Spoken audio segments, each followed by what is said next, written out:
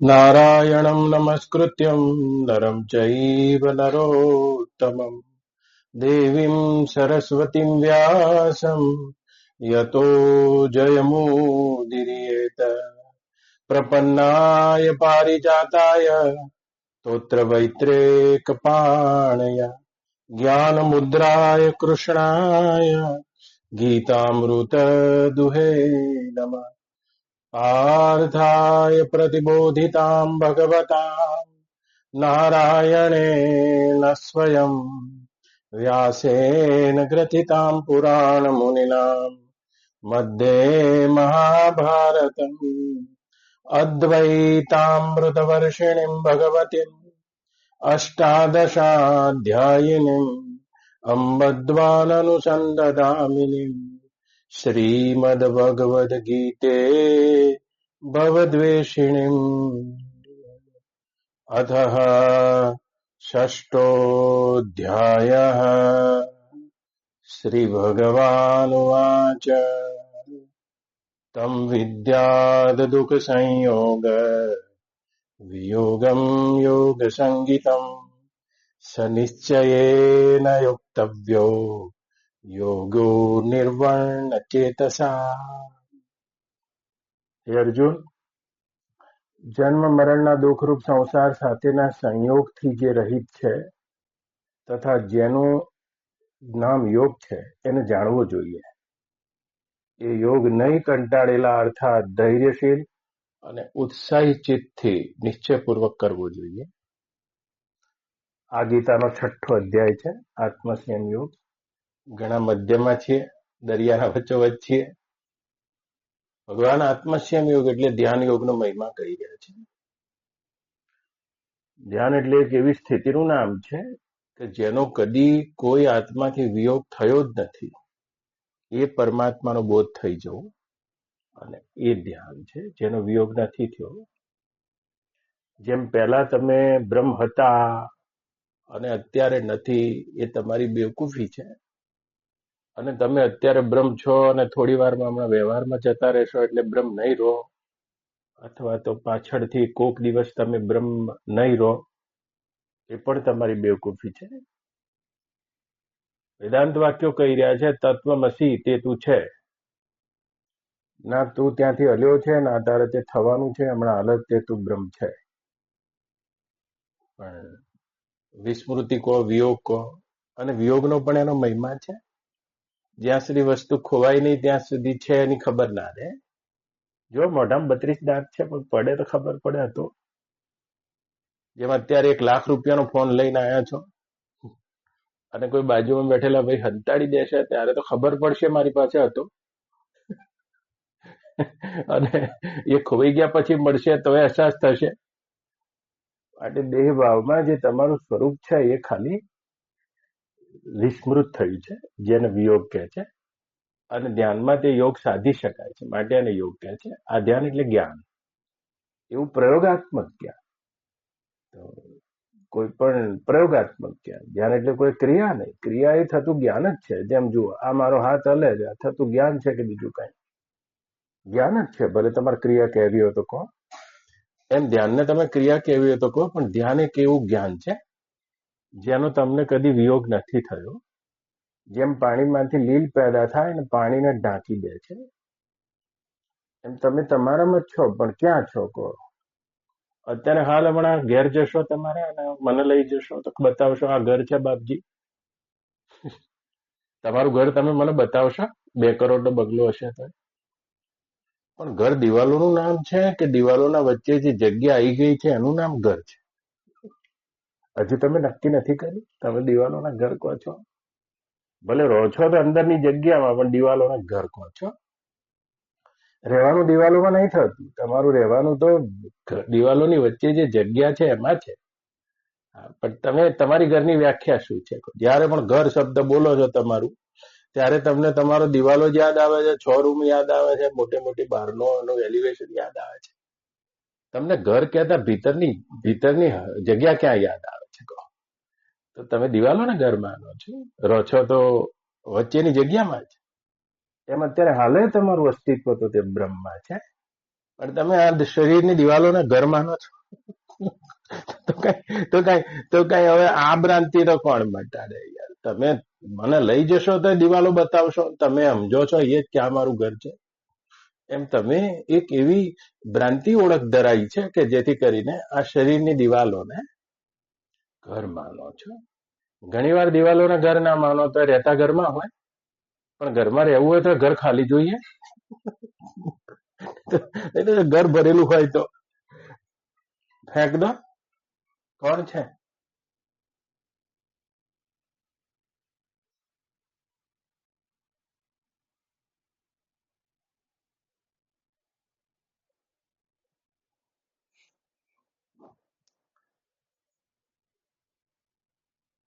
તો પછી દિવાલોને ઘર માનતા માનતા પછી સામાન એટલો લાવીને મૂકી દીધો કે હવે વરંડામાં ઊંઘી રહ્યો છો. ઘરમાં જગ્યા નથી, ઘરમાં જગ્યા નથી એટલે વરંડામાં ઊંઘી રહ્યો છો. એમ દિવાલો તમારું શરીર છે અને તમારું મન છે. મન એમાં તમે એટલા બધા સંકલ્પ વિકલ્પો ભરી દીધા છે. હવે તમારો જે આત્માનો અખંડ ખાલીપો છે તેનો બોધ નથી રહ્યો. તમે બહિર જ થઈ જાઓ છો, બહાર જ જતા રહો છો. એટલે તો ભગવાન બહુ સારો શબ્દ વાપરી દીધો કે સર્વ સંકલ્પ સંન્યાસી યોગારૂઢસ્તદુચ્યતે. જ્યાં સર્વ સંકલ્પોનો સંન્યાસી છે એ જ યોગારૂઢ છે. તો તો પછી દિવાલ તો શરીર થઈ ગયું, પણ તમારા મનમાં તો કેટલું બધું ઉથલ પાથલ ચાલી રહ્યું છે. તો મન એટલે એટલે એટલે કદી ન સમાપ્ત થવા વાળી ક્રિયાકલાપ અને આ જે સંકલ્પ વિકલ્પો છે. તો ધ્યાન છે આ સંકલ્પોના પેલી બાજુ કૂદકો. ધ્યાન છે મનને ખાલી કરવાની પ્રક્રિયા, અને મનના ખાલીપા ઉપરથી આત્માના ખાલીપા ઉપર એટલે પોતાના, અને મન ખાલી થઈ જાય તો ઊભું નહીં રહે, એ મન આત્મા જ થઈ જશે. જેમ સામાન ખાલી કરી દેશો એટલે ઘરનો ખાલીપો દેખાઈ આવશે. તો ધ્યાન છે તે મનને ખાલી કરવાની ક્રિયા છે. અને મન જ્યારે સંપૂર્ણ રિક્ત થઈ જાય છે, ખાલી થઈ જાય છે, અને ત્યારે એનું જ નામ આત્મા છે. આત્મા નામની કોઈ નક્કર વસ્તુ નથી. હવે ઘરમાં રહેવા જતા પછી ખાલી જગ્યાને ઘર માનો તમે, ત્યાં રહી રહ્યા છો. બસ તો એક અખંડ ખાલીપો છે, યાદ રાખજો. જેને ભગવાન યોગીઓ જેને એ અખંડ ખાલીપાને પૂર્ણતા કહે છે. એ પોતાના ખાલીપામાં ખસી જવાની પ્રક્રિયાને યોગ કહે છે. એક એવો ખાલીપો જ્યાં શરીરની હદ છૂટી જશે અને આ સંકલ્પ વિકલ્પ જ્યાં વિસર્જન થતા મને વિસર્જિત થઈ જશે. કાળ ખોવાઈ જશે, દેશ ખોવાઈ જશે, અહંકાર હું એ ખોઈ જશે. યાદ રાખજો. આપણે ત્યાં આત્મબોધ માટે પશ્ચિમના વિચારો એક શબ્દ લાયા, સેલ્ફ રિયલાઇઝેશન. હજુ બચ્ચા છે. આવો કોઈ શબ્દ આપણા દેશના ઋષિઓ નથી વાપરે.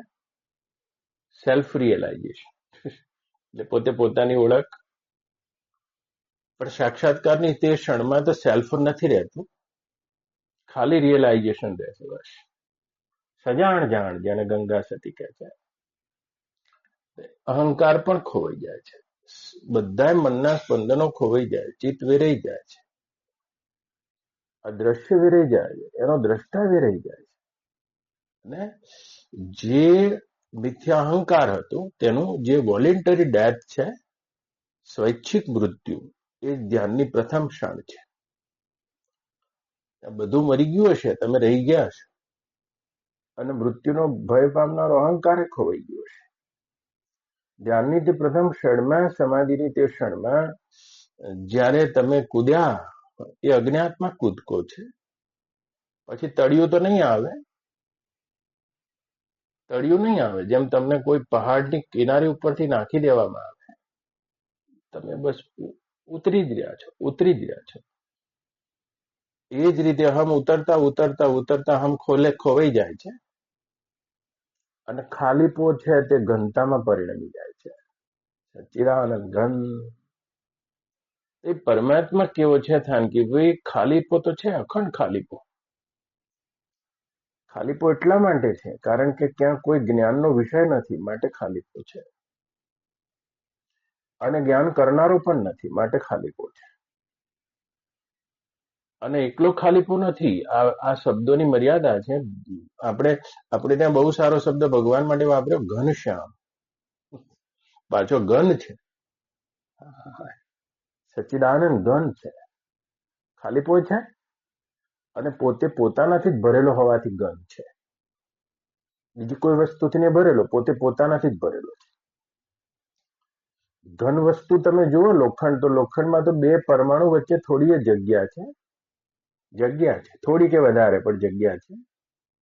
પણ પરમાત્મા તો એવો છે જ્યાં દ્વૈત નહીં હોવાના કારણે એવો ઘન છે. તો કોઈ ધ્યાનના ઊંડાણમાં એ સમાધિના ઊંડાણમાં એ જ થઈને રહી જાય છે. યોગારૂઢસ્તદોચ્યતે. સમગ્ર ધ્યાનની પ્રક્રિયા દ્રશ્યના બહાર જવાની છે. સમગ્ર ધ્યાનની પ્રક્રિયા દેશ કાળના બહાર જવાની છે. સમગ્ર ધ્યાનની પ્રક્રિયા સંકલ્પોના બહાર જવાની છે.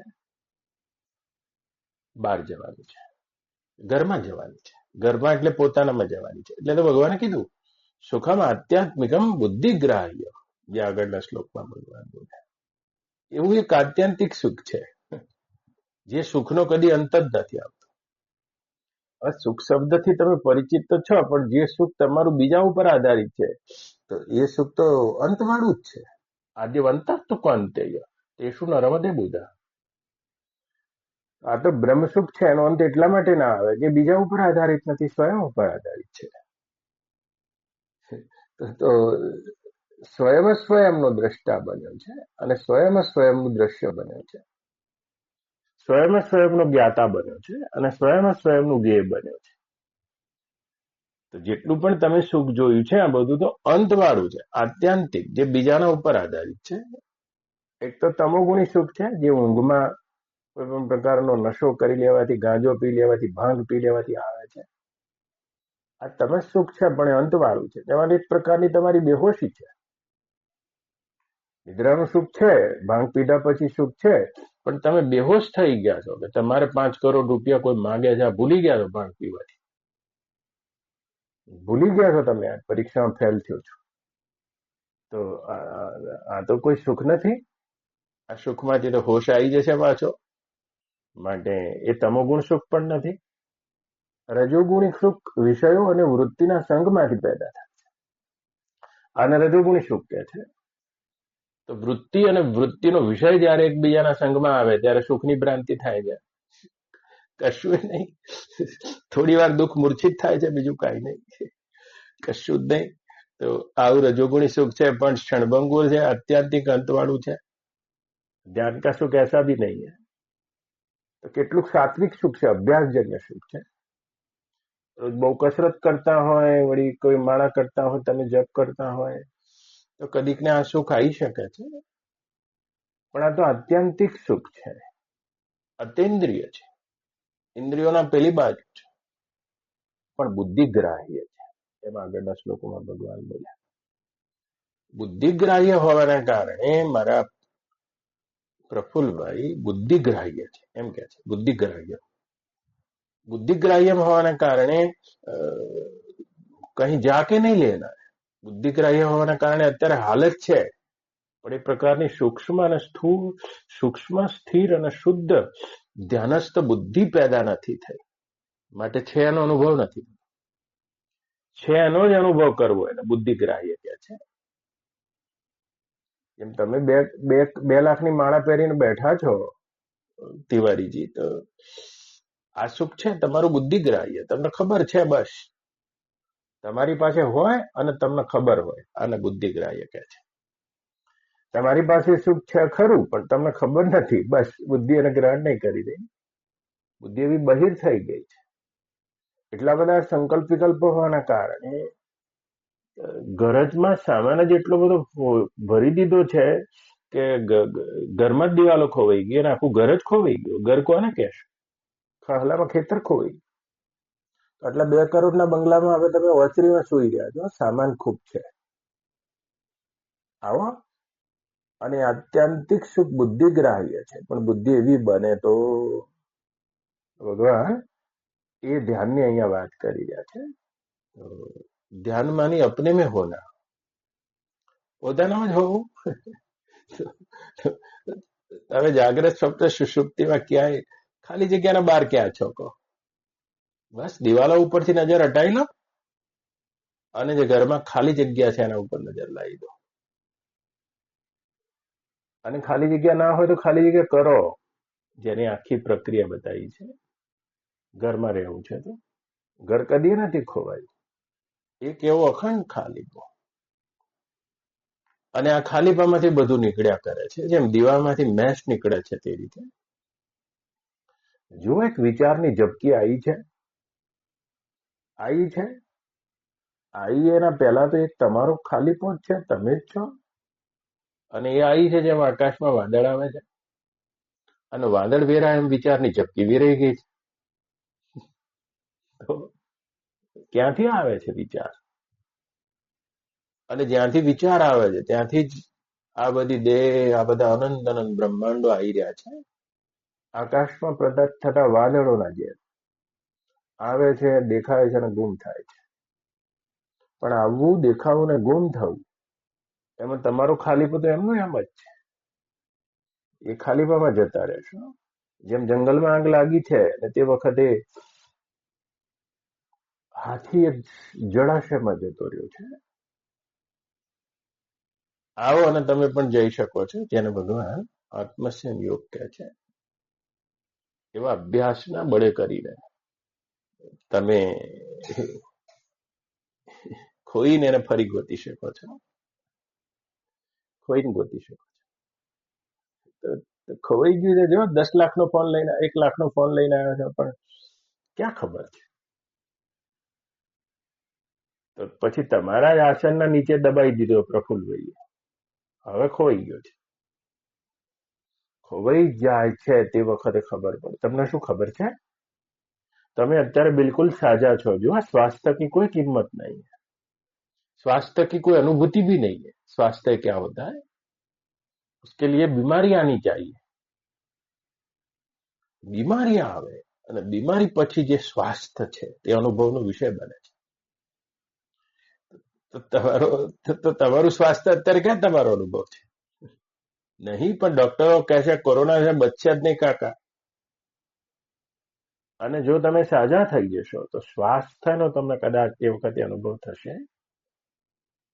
બીમારી આગંતુક છે, સ્વાસ્થ્ય કાયમ છે, પણ સ્વાસ્થ્યના અનુભવ માટે બીમારીનું હોવું જરૂરી છે. યાદ રાખજો. એમ યોગની જે સ્થિતિ છે તે તો કાયમ જ છે, પણ આ વિયોગની સ્થિતિ તમે અનુભવી રહ્યા છો એ જરૂરી છે યોગની સ્થિતિનો અનુભવ કરવા માટે. અને જ્યારે ધ્યાનના ઊંડાણમાં પહોંચશો ત્યારે તમે તમારામાં જ પહોંચશો, બીજે કોઈ જગ્યાએ નહીં. બીજી કોઈ પણ જગ્યાએ હું પહોંચી શકું છું, આ એક બહુ ગહેરું સપનું છે. અને એ તૂટી જાય છે પછી પોતે પોતાનાથી તુષ્ટ થઈ જાય છે. યોગી કોને કહે છે? જેને રતિ પોતાનાથી છે, તુષ્ટિ પણ પોતાનાથી છે, તૃપ્તિ પણ પોતાનાથી છે. રતિ, તુષ્ટિ અને તૃપ્તિ ત્રણ વસ્તુ જ્યારે પોતે પોતાનામાં જોઈ લે છે. આગળના શ્લોકોમાં આવી ગયું વાત છે. આવો યોગ છે અને તે યોગની અહીંયા પ્રસ્તુત શ્લોકમાં ભગવાન વ્યાખ્યા આપી રહ્યા છે. કોને યોગ સમજવો જોઈએ?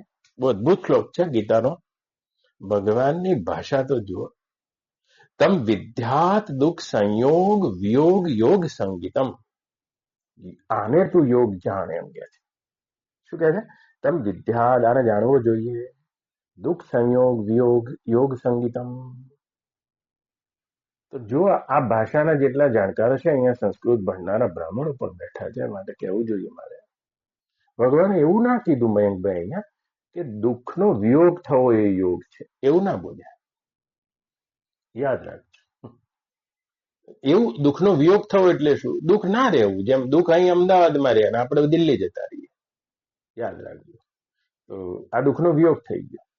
તો દુઃખ કદી આવે જ નહીં એને યોગ કહેવો, એમ ના બોલ્યા ભગવાન. દુઃખ સંયોગ વિયોગ સંગીતમ.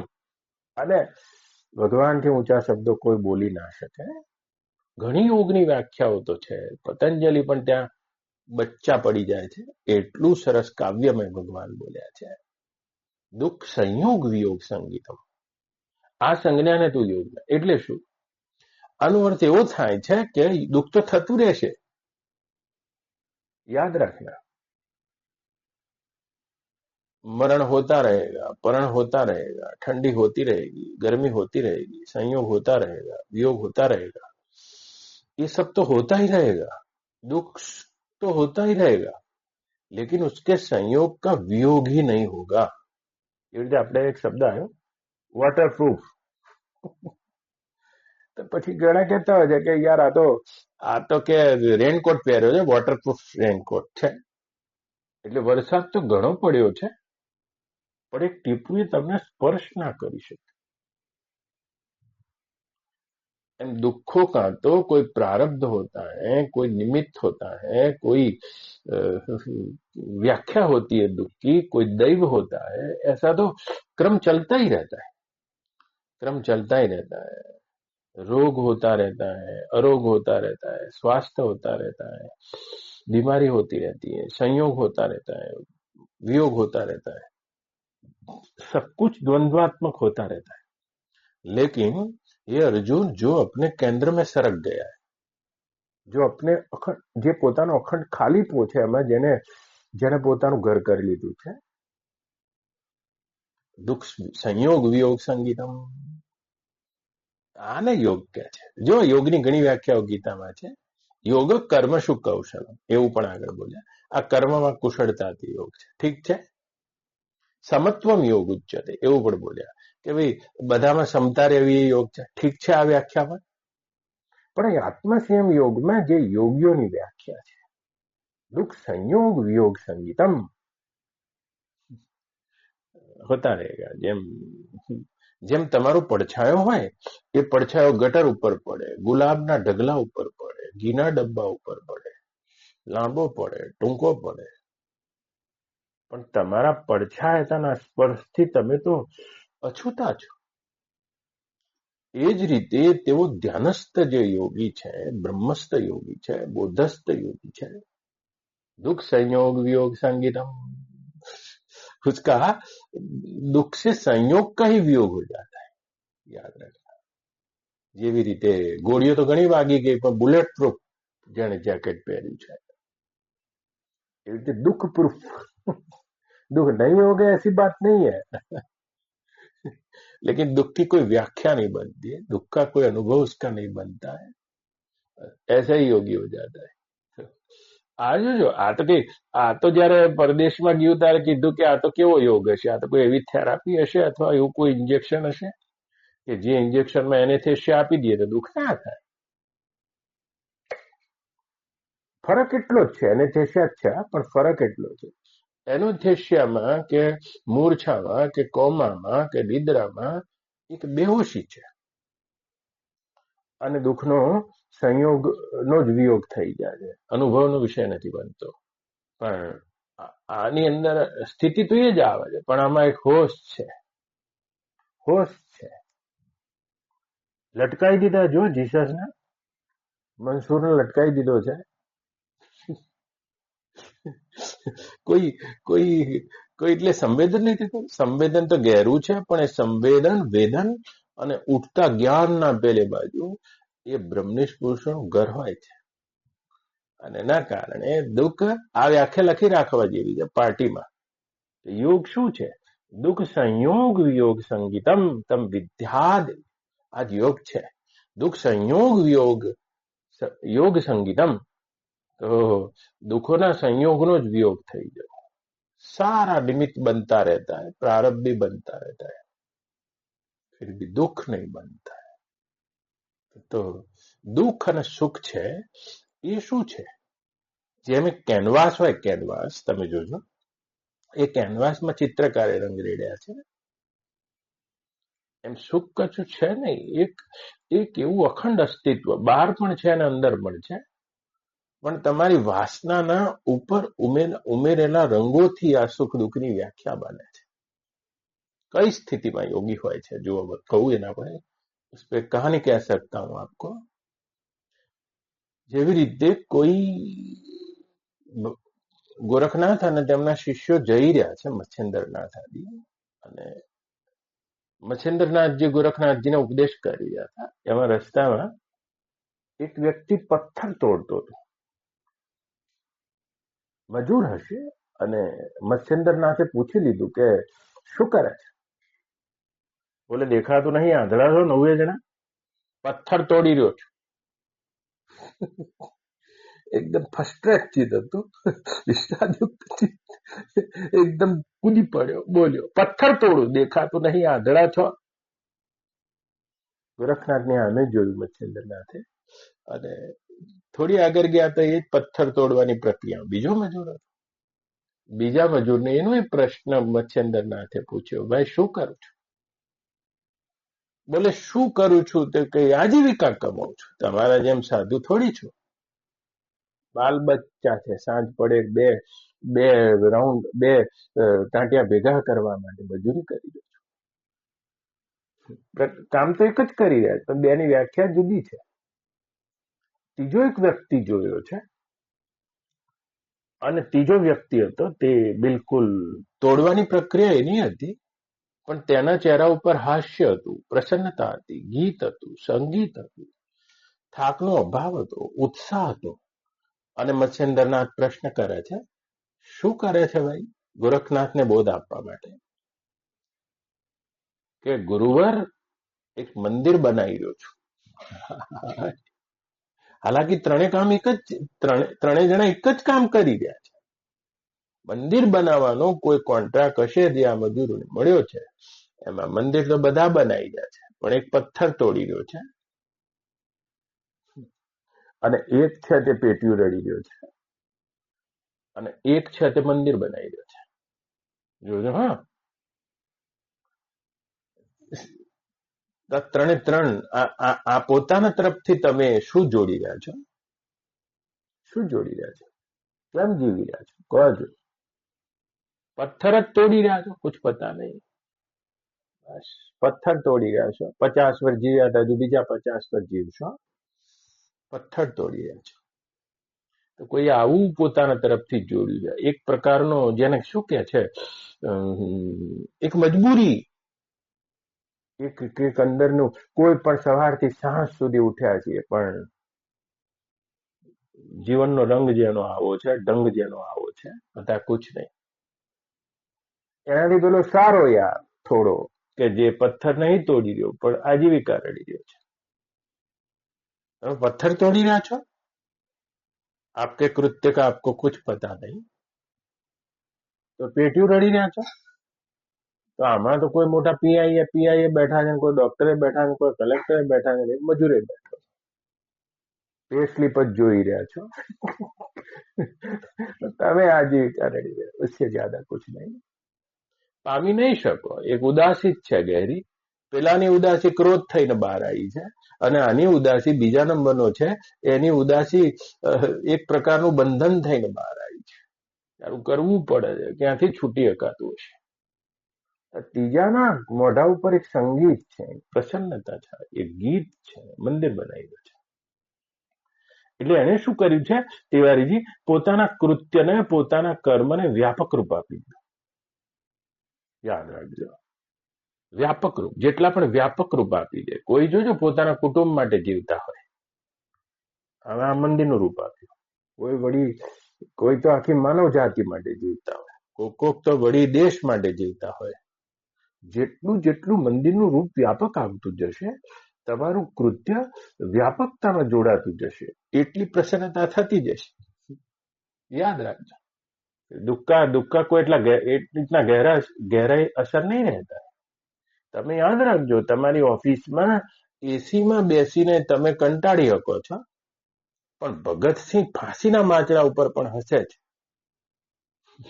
કારણ કે તેનું જીવનનું કૃત્ય કોઈ મકસદ સાથે છે, તેને વિરાટ સાથે પોતાના કૃત્યને જોડ્યું છે. યાદ રાખજો. તો જીવનનો આ મકસદ છે. મચ્છેન્દ્રનાથ ગોરખનાથને કીધું કે હવે તું પથ્થર તોડ ગોરખ. ગોરખ પથ્થર તોડી રહ્યા છે, 2 દાડા રોકાઈ ગયા મદદ કરવા.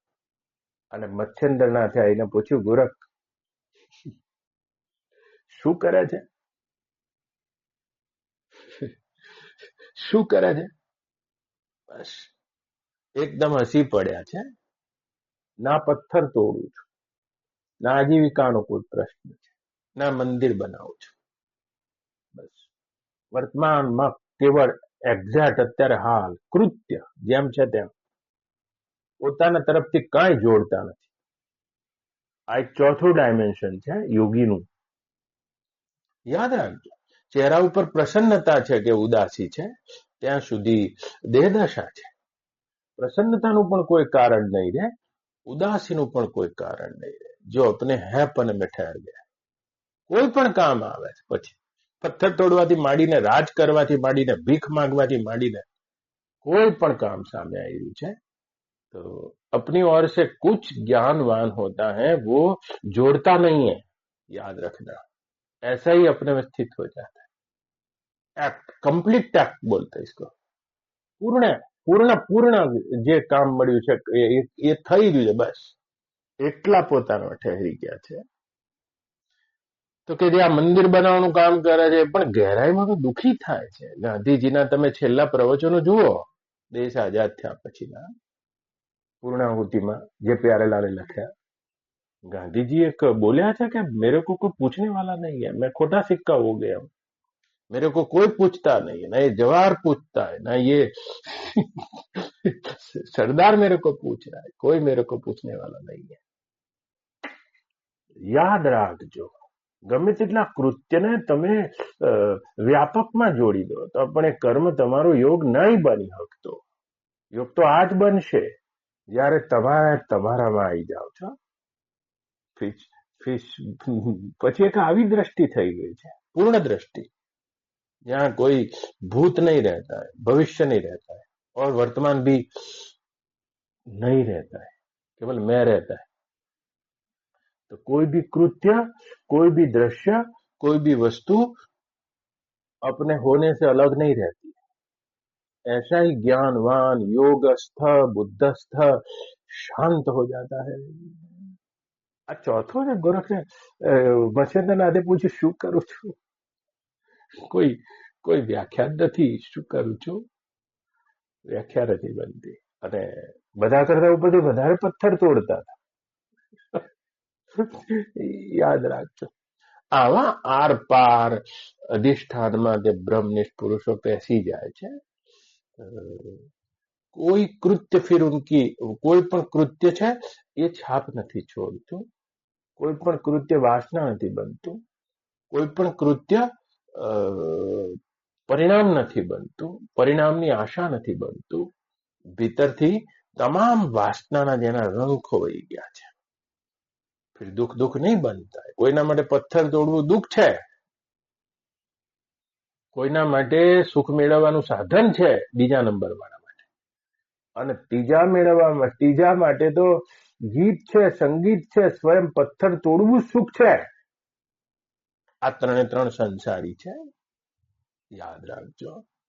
ગાંધી સુધી આવતા રહો કે મોટા કર્મયોગી સુધી આવતા રહો તો એકના માટે તો પથ્થર તોડવું દુઃખ જ છે, બોજ છે તમારા માટે સંસાર.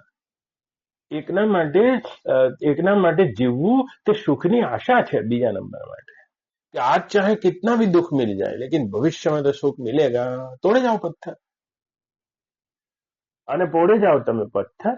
ભવિષ્યના સુખની આશામાં વર્તમાનમાં દુઃખને ઝેલે જાઓ અને વાસનાનો વિસ્તાર કરે જાઓ. અને ત્રીજા નંબરનો છે, અને ત્રીજા નંબર વાળા માટે તો પથ્થર તોડવું સુખ થઈ જાય છે. એને એક આશા છે, ક્રાંતિ હોગી. અરે કેટલી ક્રાંતિઓ તમારા ઘરમાં થઈ ગઈ, તમારા કુટુંબમાં, તમારા ગામમાં, અને તમારા વિશ્વના ફલક ઉપર તમે કેટલી ક્રાંતિ જોઈ છે. પરિણામે શું થયું છે? આ તો ક્રાંતિકારીઓ હાજર નથી તો પરિણામ જોઈને બહુ દુઃખી था. वैसे का वैसा ही हो जाता है, યાદ રાખના. તો એ પણ વાત નથી. વાત તો એક ચોથાની છે જે ગોરખનાથને પથ્થર તોડવા ઉભા રાખી દીધા છે મચ્છેન્દ્રના. આ ધ્યાનસ્થ પુરુષ જ કરી શકે છે. जो अपनी ओर से कुछ जोड़ता नहीं। आंख तो आपकी भी खुली है, लेकिन आपकी वासना ने कुछ जोड़ के रखा है, और आपकी वासना देख रही है, आप नहीं देख रहे। आपकी वासना सुन रही है, आप नहीं सुन रहे। आपकी वासना, વાસના માટે સંસ્કૃતમાં બહુ સારો શબ્દ છે રાગ. રાગ અને રાગનો અર્થ થાય રંગાયેલું. જે જે રંગાયેલી વાસનાના રંગે રંગાયેલી આંખો છે તે જોઈ રહી છે. તો જુઓ, એકદમ કામી પુરુષને બિલકુલ આખું એ વિશ્વ સ્ત્રીમય લાગે છે, બીજું કઈ નહીં. અને લોભીને બધું જે ધનની પાછળ દોડી જાય એ ચારે બાજુ ધન જોશે. યાદ રાખજો, સંબંધોમાં પણ ધનને જોવે છે કે મારું ધન સ્થિર થઈ શકે, મારું ધન બધા મને મળી શકે, મારું ધન વધી શકે, મારું ધન અને ધનના દ્રષ્ટિકોણથી જ આવા પુરુષો સંબંધ બાંધતા હોય છે. એમનો સંબંધ ચોખ્ખો ના હોય, ધનને લઈને બધું બોલતા. આપણે કહીએ અહીંથી વિરમગામ કેટલું બોલે, 15 રૂપિયા ટિકિટ. એને કિલોમીટરની ખબર નથી, બધું ધનનું મૂલ્યાંકન છે. એની દ્રષ્ટિમાં ધન રમી રહ્યું છે. યાદ રાખો. એવું નહીં, એક ભાઈ નદીના કિનારે બેઠો હતો અને નદીના કિનારે 3-4 આંધળા જતા હતા. બધા આંધળા ફરવા નીકળ્યા હતા. નદીમાં ઉફાન આવેલું હતું, તરતા આવડતું નતું. એટલે એક ભાઈ બેઠો હતો, એને કીધું કે હું તમને લઈ જાઉં, મને આવડે છે તરતા, એક જણા 5 રૂપિયા લઈ બેસી જજો ઉપર. ચોક્કસ 5 રૂપિયા આપીને નદીની પેલી બાજુ જવું. તો એમાં નદીમાં એક તો પૂર આવતું હતું. પહેલાનો ઉતાર્યો, બીજા ને ત્રીજા ને ચોથા ને, ચોથો થોડો ભારે હતો આપડા જેવો. પેલા હાથમાંથી ચાલુ નદીમાં છટકી ગયો. આંધળો તો હતો જ. જો બહાર ઉતર્યો એટલે પેલા 3 જણાએ કીધું કે ક્યાં ગયો ચોથો? કે તમે ગભરાશો નહીં, તમારા ફાયદાની વાત છે, 5 રૂપિયા ઓછા આપજો ચલો.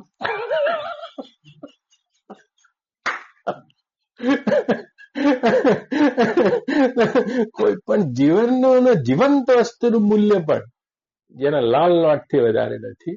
આ કયો વાસનાનો રંગ છે યાર? એને કોણ દુઃખી થતા બચાવે એવું છે? કોઈ પ્રતિષ્ઠાના પાછળ પાગલ છે, તમે જોજો. અને જે પ્રતિષ્ઠાના, એ કોઈ પણ સંબંધ બાંધશે એ પોતાની પ્રતિષ્ઠા, તમારા માથા ઉપરથી અધ્ધર ચડવા માટે સંબંધ બાંધે છે. પ્રતિષ્ઠાનો ભૂખ્યો છે, એ તમારો ઉપયોગ કરી લે. કોઈ રાજનેતા તમારા વખાણ એમને એમ ના કરે. એને ખબર પડે કે આનો ખભો મને અદ્દર લઈ જવા કામ આવે એવો છે. તો મારો કહેવાનો સાર એટલો છે કે તમારી વાસનાના રંગે રંગાયેલું ચિત્ત આને જોઈ રહ્યું છે. અને જ્યારે ધ્યાનના ઊંડાણમાં જઈને શુદ્ધ થયેલા નેત્રોથી, વાસના રહિત ચિત્તથી તમે જ્યારે જોશો, અને એને ભગવાન કહી રહ્યા છે તમ વિદ્યા દુઃખ સંયોગ વિયોગ योग संगीतम, दुख का संयोग का वियोग हो जाना, એને જ તું યોગ નામની સંज्ञा જાણ. આ योग છે. फिर दुख कोई नहीं बचता, क्योंकि सुख की आशा ही नहीं. फिर दुख कोई नहीं बचता, क्योंकि आपने कुछ जोड़ के नहीं देखा है. જીવન તો કોરું કાગળ છે, જે મારી પાસે છે અને તમારી પાસે છે. પણ તમારું જીવન શું છે? તમારું જ લખાણ છે, તમારું જ લખાણ છે, તમારું જ મૂલ્યાંકન છે. તમે જ અંદર લખ્યું છે પોતાના રંગેથી. અને જ્યાં પછી તમે જોડવાનું બંધ કરી દેશો ત્યાં તો કોરું કાગળ છે. दुख संयोग वियोग योग संगीतम. भीतर बांसुरी बजती रहती है कृष्ण की. जो एक एवी भीतर निष्कंप चेतनाમાં घर છે. फिर दुख ऐसी व्याख्या नहीं बनती, सुख ऐसी व्याख्या नहीं बनती. निष्कंप चेतना रह जाती, अछूती रह जाती, बाहर रह जाती. अपने जीवन में तो ऐसी कोई घटना नहीं घटी जैसी कृष्ण के जीवन में घटी है. लेकिन क्या है ये स्थिति, इसी को आप अर्जित कर सकते हैं. अपने जीवन में तो ऐसी कोई घटी नहीं है, कोई घटी नहीं, कोई ज्यादा नहीं. જન્મ્યા છે હજુ તો, એના પહેલા તો પૂતના આવી ગઈ છે, મારવાના પ્લાન થઈ ગયા છે. 8 ગર્ભ પહેલા તો એમની પાછળ હોપારીઓ અપાઈ ગઈ છે, અને રોજ એક હોપારી આપતા હતા પૂતનાથી લઈને. પણ ચેતના કંપિત નહીં હોતી. ક્યાં હે? ગાયો ચડાઈ રહ્યા છે, કંપિત નથી થતી ચેતના. આખે આખા આખે આખા આખે આખા જેને તમે સુખ કહો છો, અને આખા આર્યાવતના બધાય રાજાઓ ભેગા થઈને અગ્ર પૂજા કરી દે છે, चेतना अछूती रह जाती। इसको सुख नहीं मानते। जो अपने गहराई में अपने निजी सुख से परिचित होते हैं, उसके लिए प्रशंसा कुछ नहीं होती, सुख नहीं मानते, इसलिए गालियां इसके लिए दुख नहीं बनती। यदि प्रसन्नता छू जाती चेतना को तो गालियां छूने ही वाली थी। તમે જુઓ મહાભારતના પ્રસંગમાં જ્યારે જ્યારે જેમની અગ્ર પૂજા થઈ રહી છે ત્યારે વ્યાસ જેવા તેમની બિરદાવલી ગાયા છે, પરશુરામ ઉભા થઈને બિરદાવલી ગાયા છે, ભીષ્મ પિતામહ તો આખી કથા જ કરી કાઢી છે कृष्णની। प्रशंसा छूती नहीं, इसको सुख व्याख्या नहीं बना, मन उनका इसको सुख व्याख्या नहीं देता है, बीजी भी इन्हें गाड़ो दी है, फिर दुख की भी कोई व्याख्या नहीं बनती है। રાજાનું સિંહાસન જે પોતાના પદ ઉપર બેસી ગયા છે, તો તમે કોઈ પદ ઉપર છો જુઓ તો એ પદ મોટું છે કે તમે મોટા છો? ના, પણ તમે તમારી મોટાઈ ક્યાંક બીજે મૂકી દીધી છે। એ મોટાઈ બીજે નથી મૂકી, માટે રથ ચલાવવામાં પણ નાનો અનુભવ નથી થતો, ઘોડાને પાણી પાવામાં નાનો અનુભવ નહીં થતો, અને દ્વારકાના આસન પર બેસીને મોટાઈ અનુભવ નથી થતી। રાજભોગોના ભોગ વચ્ચે સુખની કોઈ વ્યાખ્યા નથી બનતી, કેવળ જીવન નિર્વાહ થઈ બસ। આ બુદ્ધિ હોવાના કારણે, પોતે પોતાથી તૃપ્ત હોવાના કારણે તેમની આંખો, તેમનું મન, તેમનું ચિત્ત આ રાજભોગમાં કોઈ વિશેષ રંગ નથી પૂરી રહ્યું, માટે એ રાજભોગના સુખ પણ તેમની આત્મવસ્તી આગળ ફિક્કા પડીને શાંત થઈને દૂર ઉભા રહીને પગે લાગે છે શ્રી કૃષ્ણને। અને એ જ કૃષ્ણને ભીલના બાણે અમે પોતે મરાવ્યા છે। જ્યારે કોઈ આજુબાજુમાં પૂછનાર નથી, કોઈ સગા નહીં, કોઈ વાલા નહીં, કોઈ કશું નહીં, દ્વારિકા ડૂબી રહી છે, फिर भी तम विद्यात दुख संयोग वियोग योग संगीतम। કયા કયા કયા પરિધિ ઉપર આ બની રહ્યું હશે અને કેટલા કેન્દ્રસ્થ હશે? જેમ એક વર્તુળનું કેન્દ્ર હોય અને એક પરિઘ હોય, જોજો, જેમ એક પ્રશાંત મહાસાગર હોય અને એનો એક કિનારો હોય, એક કિનારા ઉપર બધી ચહલ પહેલ બધી થતી હોય, મોજા ઉછળતા હોય, પણ એના ભીતર કેન્દ્રસ્થ આવશો તો શંકુ આકારનો છે પ્રશાંત મહાસાગર, અને તે શંકુ આકારના પ્રશાંત મહાસાગર ભીત જેવું અડોલ પાણી છે, કેટલા કેન્દ્રસ્થ હશે। और योगी वहां पहुंच जाता है, जिंदा ऐसा है, जीता ऐसा है जैसे मर गया है, मरता ऐसा है जैसे जिंदा है। याद रखना, क्योंकि ध्यान में, योग में, समाधि में उसके गहरे में जान लेता है सारा खो गया है, मैं हूं, तो पर मरता ऐसा है जैसे जिंदा है, और जिंदा ऐसा है जैसे मर गया है। दुख संयोग वियोग योग संगीतम, આ જ યોગ છે જેને ભગવાન આત્મસ્વયં યોગ કહી રહ્યા છે, અને એની આ ફલશ્રુતિ છે। આપ બી ऐसे हो सकते हैं, અને ભગવાન બહુ એનો મહિમા કહી રહ્યા છે। સ નિશ્ચયેન યોક્તવ્યો યોગ નિર્વણ ચેતસા, બહુ બે શરતો આપી છે કે પ્રત્યેકે નિશ્ચયપૂર્વક ચિત્તથી નિશ્ચયેન યોક્તવ્યો, આ યોગ કરતા રહેવું જોઈએ, આ એક અભ્યાસ છે।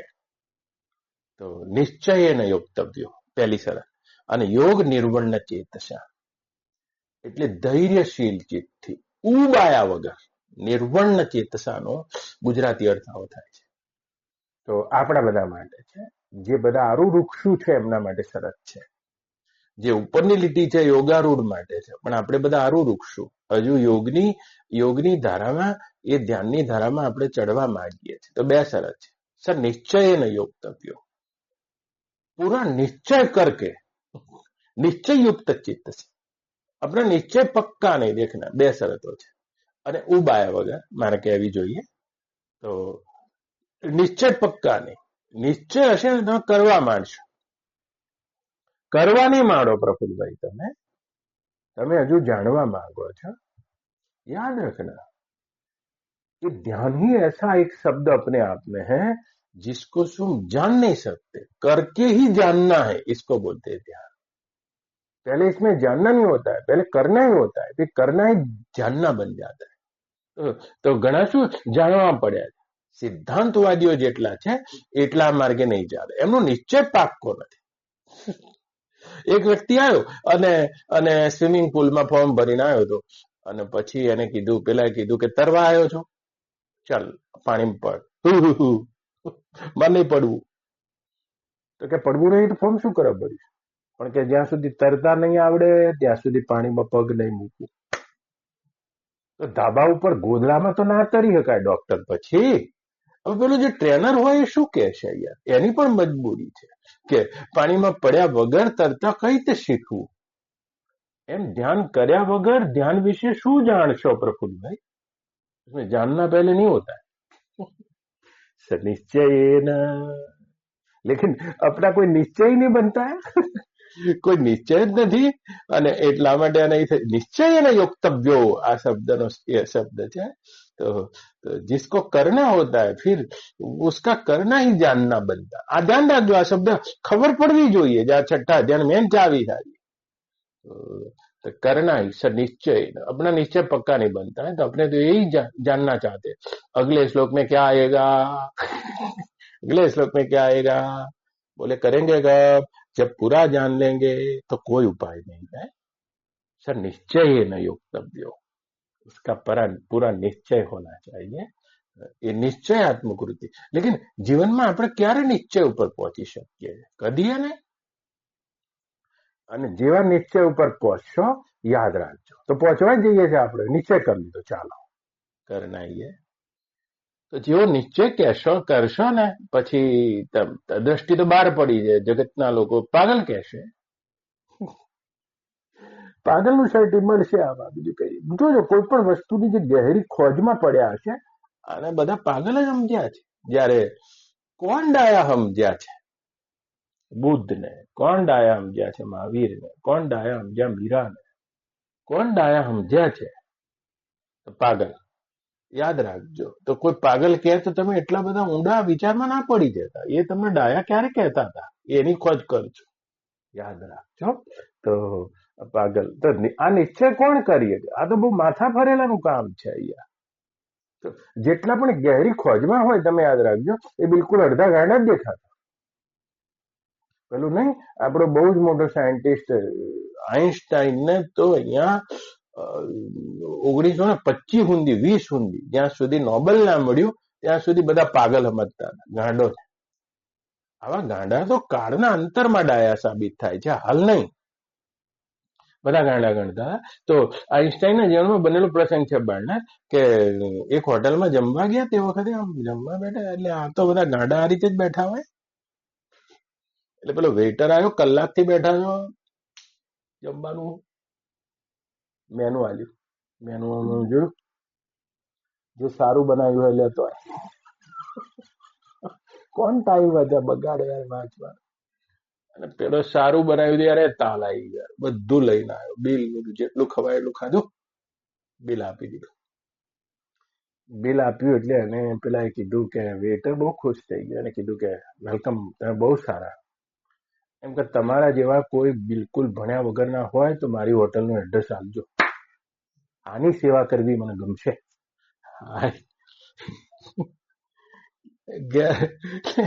એકદમ વિચારો મળે, પોતાની સામે જોવે છે. બિલકુલ ભણ્યા વગરનો માણસ ક્યાં છે એને આવા દેખાતા. એટલે પેલા કીધું કે તમે નક્કી કઈ રીતે કરી લીધું કે હું બિલકુલ ભણ્યા વગરનો અભણ છું? એટલે કે ચહેરા ઉપરથી ખબર પડે છે, થોડા ગાંડા દેખાવ છો.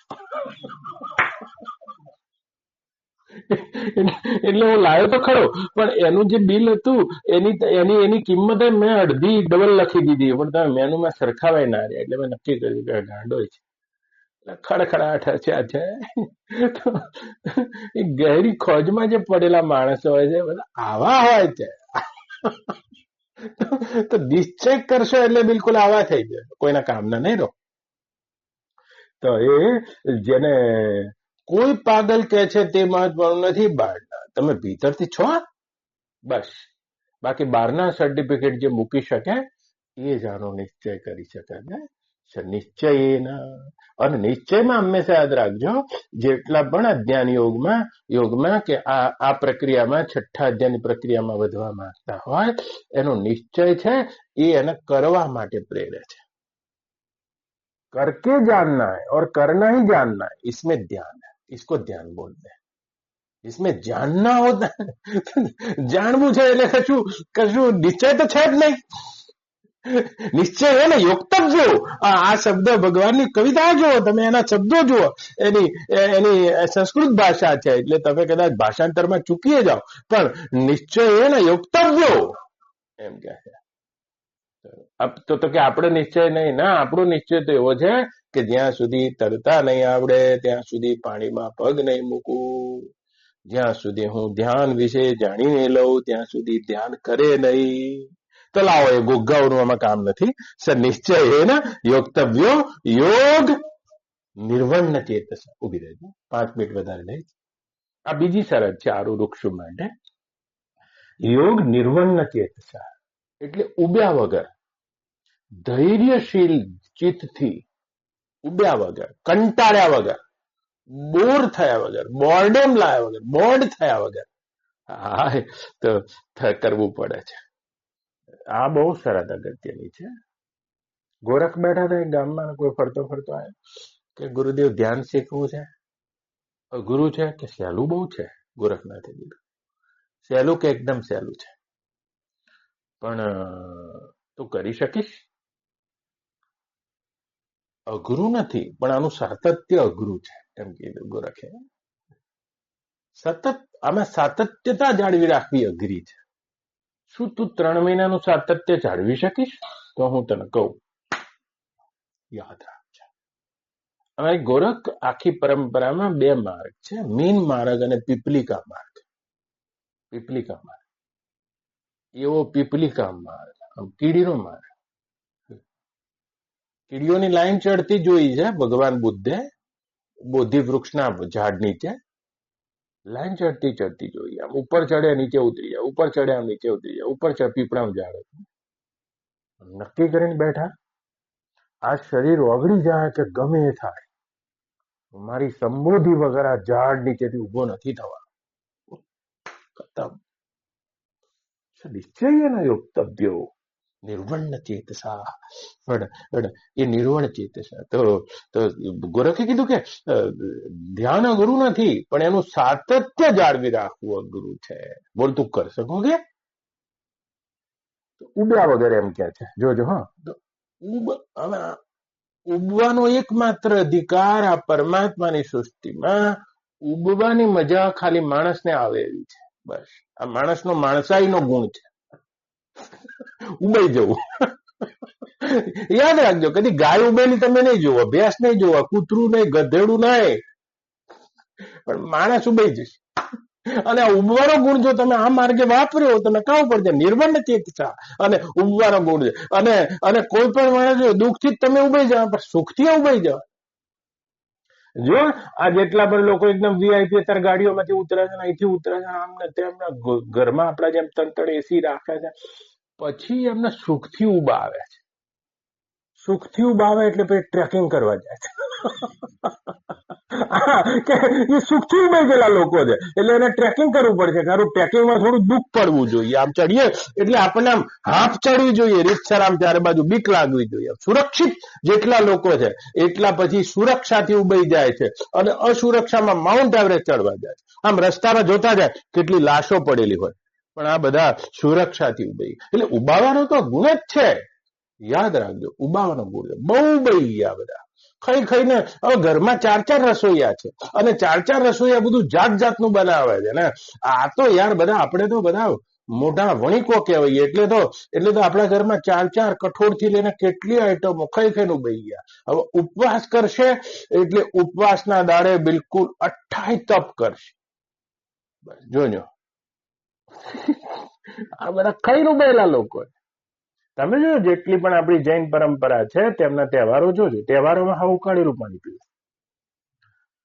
અને આપણે બધા જોજો ખેતરમાં કામ કરવા વાળા તહેવાર આવે ને એ વખતે આખી દુનિયાની મીઠાઈઓ લાવીએ યાર. કેમ આમ છે યાર? આપણે બધું મીઠાઈ લાવવી પડે. બ્રાહ્મણ પરંપરા ના ચાલે.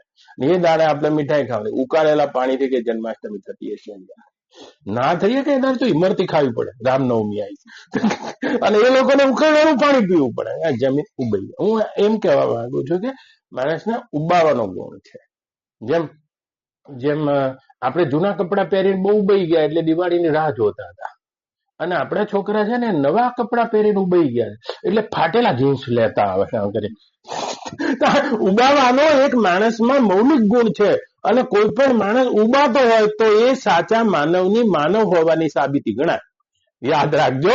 કારણ કે જો એને ઉબાવાનો ગુણ હોય તો, કારણ કે એ જ એને પશુથી અલગ પાડે છે. પશુ ના ઉબાય. આખી જિંદગી તમે જુવારનો પૂરો આપો તો ખાધે જાય એમ ના લાગે કે આ પૂરાનો હું ઢોસો બનાવું તો કેવો લાગે, ઈડલી બનાવું તો કેવું લાગે. પણ આ ઉબવાનો ગુણ છે. અને એ ઉબવાનો ગુણ જો ધ્યાનમાં વાપરશે તો નહીં ચાલે. નિર્વણ ચેતસા. પણ ધ્યાન છે તે પરમાત્મા બાજુ જવાનો રસ્તો છે અને એક સંસાર બાજુ જવાનો રસ્તો છે. આ બે રસ્તા અલગ અલગ છે. તો સંસારના રસ્તે ઉબ આવે છે પણ પરિણામમાં આવે છે, પ્રયત્નમાં નહીં આવતી. ઊંધું છે. પ્રયત્નમાં શું ઉબ કદી નહીં આવે. મળવાના છે ને બસ 2 કરોડ મળશે અને તો ઉબ નહીં આવે. તમને મળ્યા પછી ચોક્કસ આવનાર છે. સંસારની પ્રાપ્તિ થયા પછી ઉબ આવે છે. પ્રયત્નમાં કોઈને ઉબ નહીં આવતી. પ્રયત્ન તો ગમે એવો એમ થાય તો આમ પડી જવા આપણે તૈયાર છે. તો સંસાર પ્રયત્નમાં કદી નહીં ઉભાવતું પણ પરિણામમાં ઉભાવે. જે કન્યાને પરણવું છે ના ઉપર ના કહી જાય તો પ્રયત્નમાં ઉભ આવે જ નહીં. પણ પરિણામમાં હા પાડીને ઘેર લઈ આવો તો બીજે જ દાડે ઉભા આવે કે હું કોને લઈ આવ્યો છું ઘેર. આ સંસારના માર્ગમાં એક એવો નિયમ છે કે પ્રયત્નમાં ઉબ ના આવે અને પ્રાપ્તિ પછી ઉબ આવે. પણ પરમાત્માનો માર્ગ એવો છે જેમાં પ્રયત્નમાં ઉબ આવે, પ્રાપ્તિ પછી નહીં. જો એકવાર પ્રાપ્ત થઈ ગયા, બુદ્ધ બોધી ગયા, એમાં પછી તો 40 વર્ષ રહ્યા છે ધરતી ઉપર. फिर उबना नहीं होता है. રોજ ધ્યાનમાં બેસે છે. ગોરખ રોજ ધ્યાન કરે છે એટલે ધ્યાનમાં છે જ કરે છે શું. પણ એ પરમાત્મા કદી ઉબાવતા નથી. એ મંજિલ કદી ઉબાવશે નહીં ધ્યાનના માર્ગમાં, પણ પ્રયત્ન ઉબાઈ દે છે. જેવા બેસશો એમ થાય કે આનાથી હું થશે. પણ તમારો ઉબાવાનો ગુણ છે એટલે, અને એ ઉબાવાના ગુણનો ઉપયોગ ના કરતા એમ ભગવાન કહે છે નિર્વણ ચેતસા. જે ભગવાન ગુરુ દત્તે જે 24 ગુરુ કર્યા એમાં ઉર્ણ નાભી એક કરોડિયાના ગુરુ કરી લીધો. આમ ઝાડની કરોડિયાના 13 ગુણ છે એ કથામાં કહી, પણ એક ગુણ તો એવો શીખ્યા કે કરોડિયો આમ પડે 3 ફૂટ ચડે અને 2 ફૂટ લહરી જાય. 3 ફૂટ ચડે 2 ફૂટ લસરી જાય. એને ચડવું હતું ઉપર અને બહુ મોટું ઝાડ 200 ફૂટનું અને કલાકથી અમને આમ જોઈ રહ્યા હતા. પણ કરોડિયો કરતા ઝાડ કરોડિયો ભોંય પડી ગભરાય, વણ તૂટેલે તાતણે ઉપર ચડવા જાય. અને કરોડિયાને ઉર્ણના આવી ગુરુ કરી લીધું કે યોગી પુરુષે ધ્યાન પણ આવું પીપલિકા માર્ગ છે. નિર્વણ ચેતસા. 2 દાડામાં ઉબાઈ જાય એનું કામ નથી. માટે ભગવાન કહી રહ્યા છે ઉબ રહિત જે કરે છે નિશ્ચય ને યોગદવ્યો યોગ નિર્વણ ચેતસા. જે નિશ્ચયપૂર્વક કરે છે અને બિલકુલ ઉબ રહિત કરે છે. યાદ રાખજો. નહીં તો ઉબાવાનો તો બોર્ડ થવાનો તો આપણો સ્વભાવ છે. એટલે પછી આમાં તો બોર્ડ એમ જલ્દી આવશે, દેખાશે કશું એ નહીં. દેખાશે કશું નહીં, ઉલટાના બધા ગાંડા કે આમાં કઈ બહુ જલ્દી મળશે નહીં. એ તો ગાંડા કહેવાનું સર્ટી જેને લેવું હોય એવો નિશ્ચય જેને કર્યો હોય અને ઉબ જેને ના એ અચાનક જોશે કે ભગવાન જે કહી રહ્યા છે તે થઈ શકે છે. યાદ રાખજો. ધ્યાન અઘરું નથી. ગોરખનાથે કીધું એમાં સાતત્ય રાખવું અઘરું છે. ધ્યાન અઘરું નથી પણ તેનો નિશ્ચય કરવો અઘરો છે. સાતત્ય રાખવું અઘરું છે અને ઉબ વગર કરવું તે અઘરું છે. એટલે ઉબ આવી જાય. ઉબવાનો ગુણ છે ને તો કેટલી વાર લાગે? વાર નહીં લાગે. ખીચડી ચડતા વાર લાગે એટલી વાર લાગે એવી નહીં, પણ વાર લાગે છે.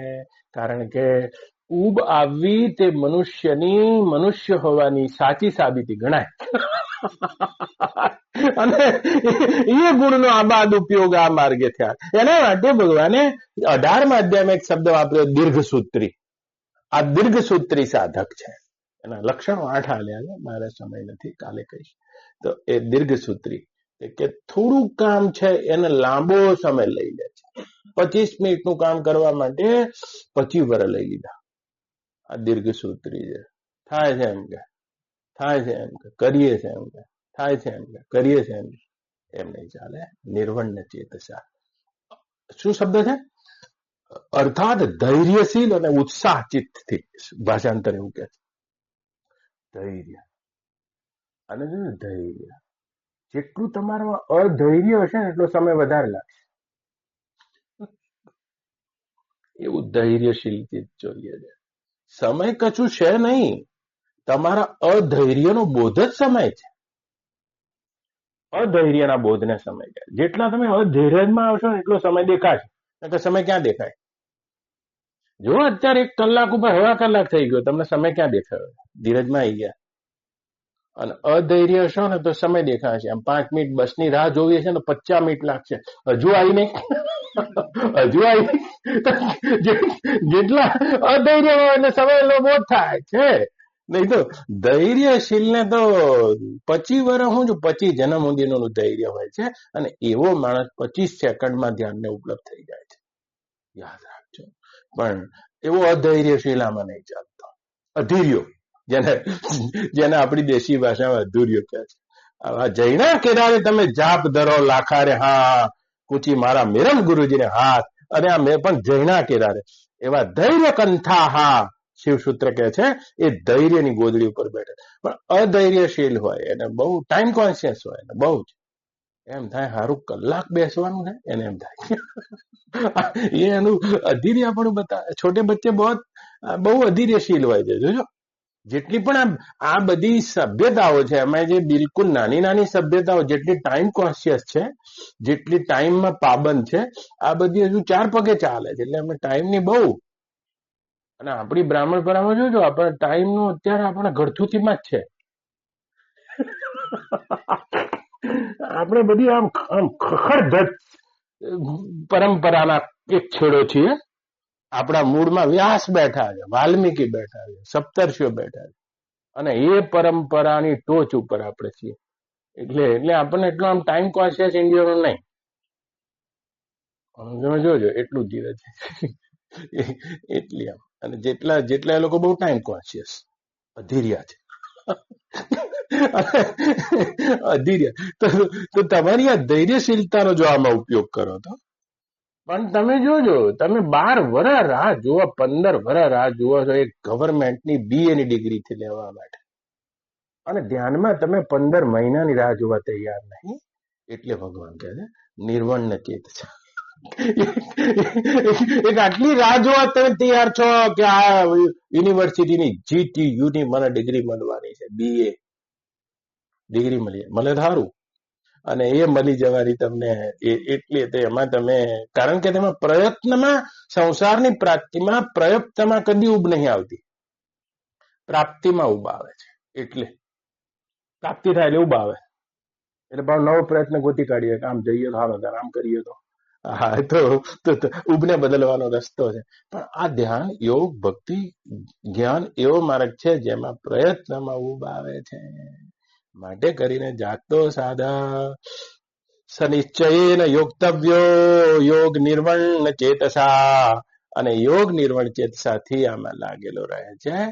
ભગવાન ગુરુદત્તના ગુરુ ઉર્ણના બી કરોડિયાના જેમ ઓમ પૂર્ણમદ પૂર્ણમિદમ પૂર્ણાત પૂર્ણમુદચ્યતે પૂર્ણસ્ય પૂર્ણમાદાય પૂર્ણમેવાવશિષ્યતે. ઓમ શાંતિ શાંતિ શાંતિ. હરિ ઓમ. શ્રી ગુરુભ્યો નમઃ. હરિ ઓમ. ખતમ.